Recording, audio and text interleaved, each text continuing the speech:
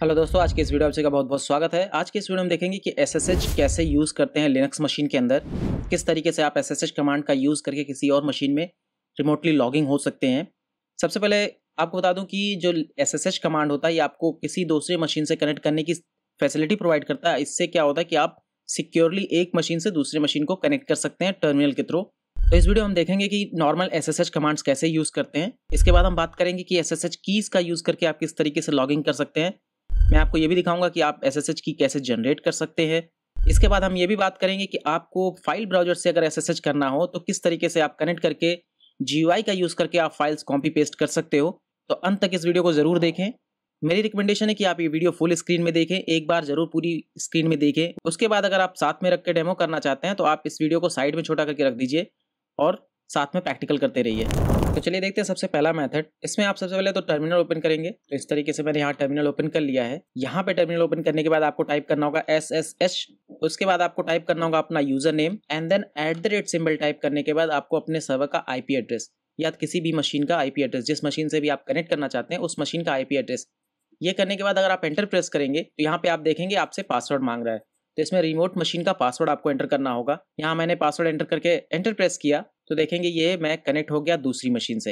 यहाँ पे आप जाकर के आप कोई भी कमांड रन कर सकते हैं, sudo apt अपडेट इंस्टॉल, जो भी आपको करना है कर सकते हैं, या फिर कुछ भी रन करना चाहते हैं वो रन कर सकते हैं। और अगर आपको इस सर्वर से डिस्कनेक्ट करना है तो सिंपली आपको टाइप करना होगा एग्जिट। जैसे आप एग्जिट टाइप करेंगे तो कनेक्शन टू 192.168.0.13 क्लोज। तो इस तरीके से आप रिमोट सर्वर से डिस्कनेक्ट हो गए। तो बहुत ही सिंपल कमांड था, बहुत ही सिंपल प्रोसेस है आपको एसएसएच करने के लिए। लेकिन अगर आप एक चीज ध्यान देंगे तो जब भी मैं इससे कनेक्ट करना चाह रहा हूं तो मुझे बार बार पासवर्ड एंटर करना पड़ रहा है। तो क्या हो कि अगर हम पासवर्ड ना यूज करें और हम डायरेक्टली एसएसएच की का यूज करके अगर इससे कनेक्ट कर पाए तो इस केस में क्या करना होगा, हमें हमारा जो पब्लिक की है, हमारे मशीन का जो पब्लिक की है, एसएसएच पब्लिक की है, वो इस मशीन के इस सर्वर के ऑथराइज्ड कीज के अंदर एंटर करना होगा, जिससे कि ये पासवर्ड बार बार प्रॉम्प्ट ना करे और सिक्योरली एसएसएच की का यूज करके ऑथेंटिकेट हो जाए। तो किस तरीके से करेंगे हम वो देखते हैं। सबसे पहले तो अपना जो एसएसएच की है, पब्लिक एसएसएच की है, वो आप जनरेट कर लेंगे। अगर आपको नहीं पता है कैसे जनरेट करेंगे तो मैं बताता हूँ। जनरेट करना बहुत ही आसान है।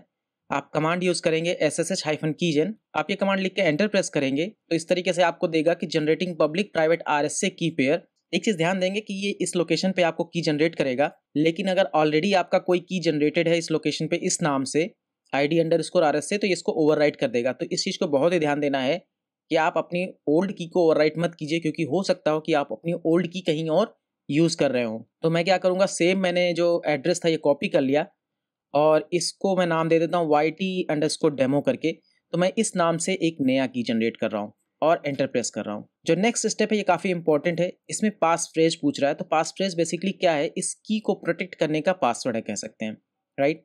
जैसे कि अगर ये की किसी को मिल जाती है, जो आपकी प्राइवेट एसएसएच की है, अगर किसी को मिल जाती है तो वो उससे आपके मशीन में लॉगिंग कर सकता है जहां भी आपने अपना पब्लिक की यूज़ किया होगा। तो रिकमेंडेड यही है कि आप पास फ्रेज जरूर यूज़ करें, लेकिन इस डेमो पर्पज़ के लिए हम पास फ्रेज नहीं यूज़ करने जा रहे हैं।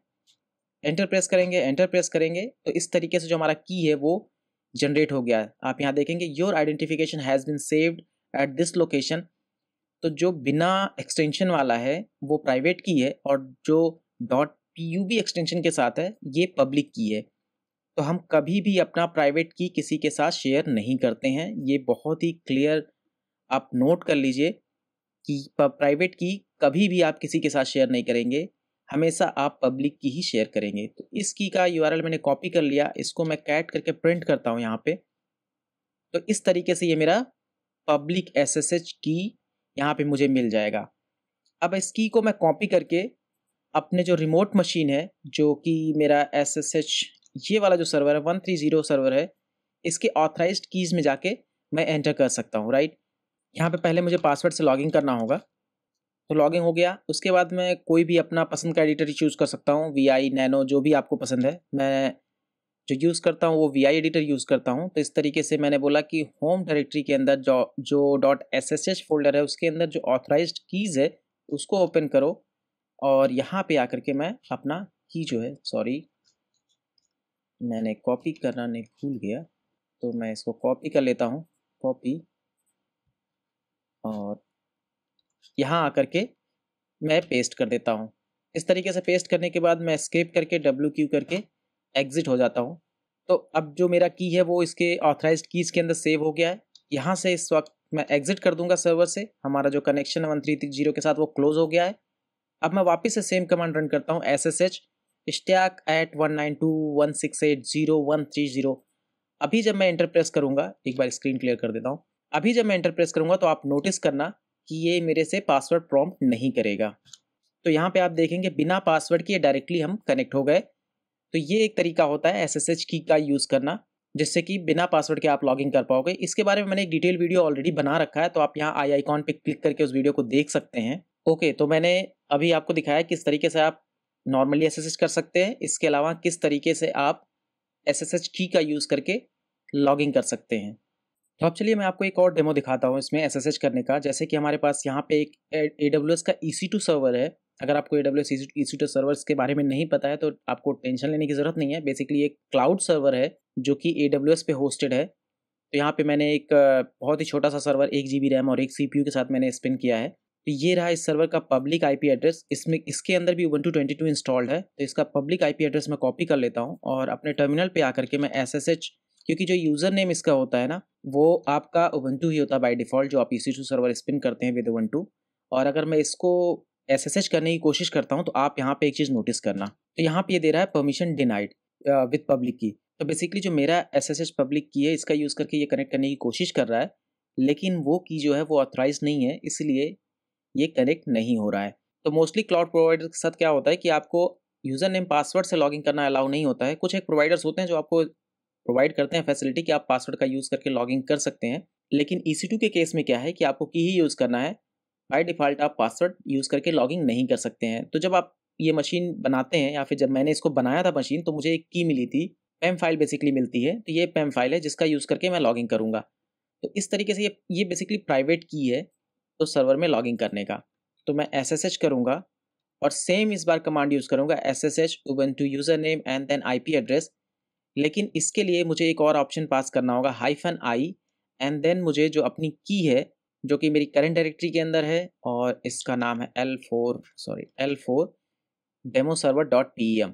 तो कमांड कुछ इस तरीके से हो जाएगा। तो आप देख रहे हैं जब आपको प्राइवेट कीज़ वगैरह यूज़ करनी है लॉगिन करने के लिए तो आप इस तरीके से की को पास करते हैं। -i ऑप्शन के बाद आपको की का लोकेशन देना होता है और उसके बाद आपका जो बाकी का पुराना कमांड है Ubuntu user name and then server का IP एड्रेस वो। अब इसको प्रेस करके एंटर करेंगे तो आपको ये कनेक्ट करना चाहिए था, लेकिन अभी देखिए यहाँ पे क्या प्रॉब्लम दे रही है, यहाँ पे परमिशन डिनाइड दे रहा है क्योंकि जो हमारी की है ये L4 demoserver.pem फाइल है। अगर इसका देखेंगे परमिशन, रीड राइट यूज़र के लिए है, ग्रुप के लिए रीड राइट है और अदर्स के लिए भी रीड ऑप्शन दिया गया है। तो यहाँ पे अगर आप एरर पे ध्यान देंगे, परमिशन 0664 फॉर दिस फाइल और टू ओपन, मतलब ये जो की फाइल है ये इनसिक्योर बोल रहा है कि बेसिकली ये ज़्यादा ओपन है, आप इतना ज़्यादा परमिशन नहीं दे के रख सकते हैं क्योंकि ये बहुत ही इंपॉर्टेंट फाइल है, इसको आप सिक्योर रखो। इसमें सिर्फ और सिर्फ आपको रीड परमिशन होनी चाहिए, हमें इसमें राइट परमिशन किसी के लिए चाहिए नहीं। तो किस तरीके से इसको चेंज करेंगे, CH मोड, तो बेसिकली इसको 400 हम दे सकते हैं and L4 CH mode command use करके 400 हम परमिशन दे रहे हैं। ये 664 था यहाँ परमिशन, हम इसको 400 कर दिए और इसको एंटर प्रेस कर देंगे।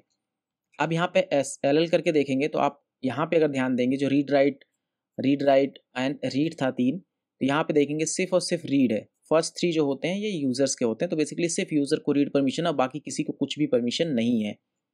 और एक बार हम फिर अगर अपना SSH वाला कमांड ट्राई करते हैं, स्क्रीन क्लियर कर देता हूँ मैं, एंटर प्रेस करता हूँ, तो इस बार आप देखेंगे कि हम Ubuntu सर्वर से कनेक्ट हो गए हैं। तो इस तरीके से आप PEM फाइल का भी यूज़ करके SSH कर सकते हैं। और लेट्स से अगर आप चाहते हो कि PEM फाइल का यूज़ ना करके बल्कि आप अपना पब्लिक SSH की यूज़ करके लॉगिन करना, तो उसका भी सेम फंडा है। आपको अपनी जो पब्लिक SSH की है उसको इस सर्वर में डालना होगा। तो वो कैसे करेंगे, सेम जैसे अभी हमने SSH करके लास्ट टाइम कॉपी किया था, ऑथराइज्ड कीज़ के अंदर जाके मैनुअली पेस्ट कर दें।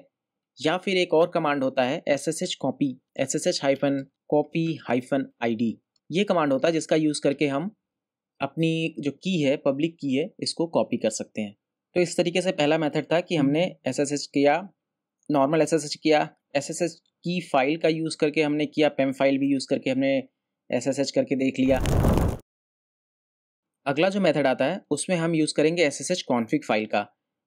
उसके अंदर हम कुछ कॉन्फ़िगरेशंस लिखेंगे और उसका यूज़ करके हम SSH करेंगे। तो जैसे हम अभी SSH करने के लिए पूरा हमको यहाँ पे ये लिखना पड़ रहा है ना, तो हम इस तरीके से करेंगे SSH EC2-server something like that. हम कुछ भी नाम दे सकते हैं यहाँ पे। कुछ इस तरीके से करके भी हम एंटर प्रेस करेंगे तो हम लॉगिन कर जाएंगे। जैसा कि अभी आप देख रहे हैं यहाँ पे दे रहा है could not resolve host name, क्योंकि इसको पता ही नहीं कि इसके साथ करना क्या है।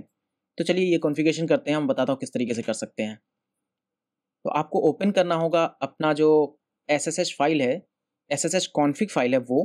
तो आप कोई भी एडिटर यूज़ कर सकते हैं। चलिए इस बार मैं सबलाइन यूज़ करता हूँ, SSH कॉन्फ़िग। तो बेसिकली जो लोकेशन है ये होम, टिल्डा साइन जब भी मैं लगाता हूँ इसका मतलब होम है, तो मैं यहाँ पे पूरा लिख देता हूँ होम इश्तियाक। अब मैं यहाँ पे पूरा होम इश्तियाक लिखूँ या फिर सिर्फ और सिर्फ टिल्डा साइन लगा दूंगा तो भी काम हो जाएगा। .ssh/config। तो ये लोकेशन है पूरा SSH कॉन्फ़िग का। इस फाइल को ओपन करेंगे तो यहाँ कुछ इस तरीके से जो SSH कॉन्फ़िग फाइल है ओपन हो जाएगी।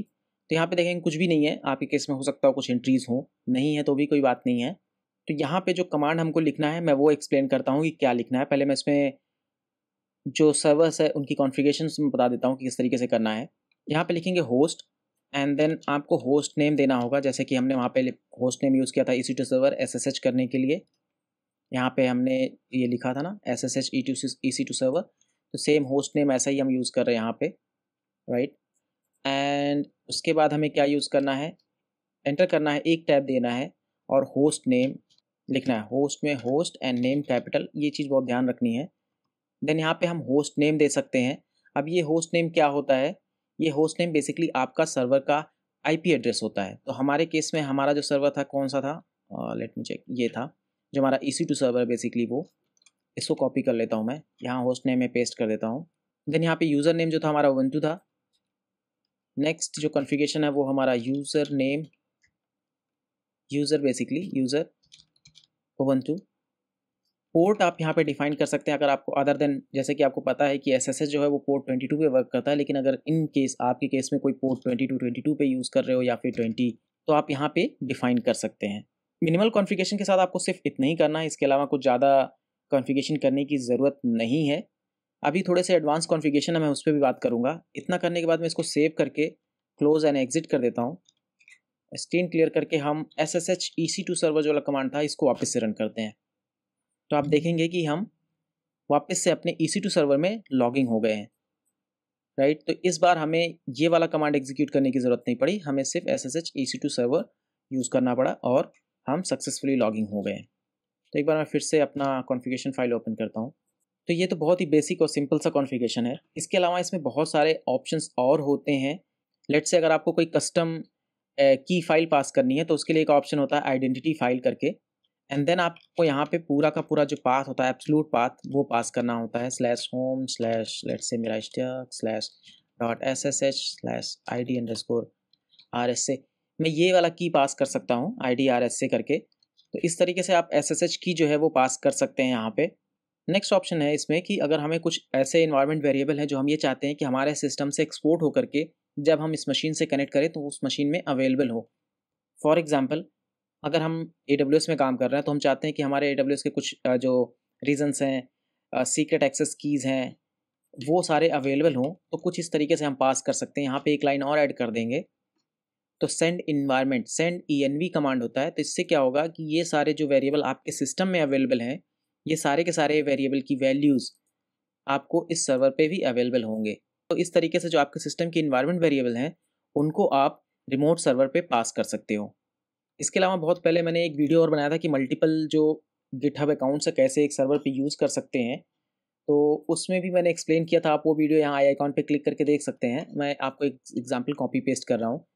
जैसे यहाँ पे मल्टीपल आप गिटहब अकाउंट्स यूज़ करना चाहते हैं तो यहाँ SSH कॉन्फ़िग में ला करके डाल सकते हैं। तो एक्चुअली आप github.com को हिट कर रहे होंगे, लेकिन आप जब करोगे यूज़ तो आप ये अकाउंट यूज़ करोगे और आप हर गिटहब के लिए अलग अलग SSH की यूज़ कर पाओगे। तो ये कॉन्फ़िगरेशन का डिटेल देखने के लिए आप यहाँ आई आइकॉन पे क्लिक करके देख सकते हैं, multiple git accounts on same machine.